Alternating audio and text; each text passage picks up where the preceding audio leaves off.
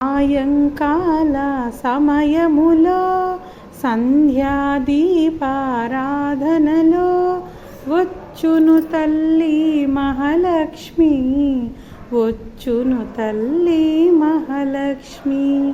పాల సముద్రుని పుత్రికగా శ్రీ మహావిష్ణువు ప్రియ సతిగా రావమ్మ తల్లి రావమ్మ, పద్మవతమ్మ రావమ్మ. సాయంకాల సమయములో సంధ్యాదీపారాధనలో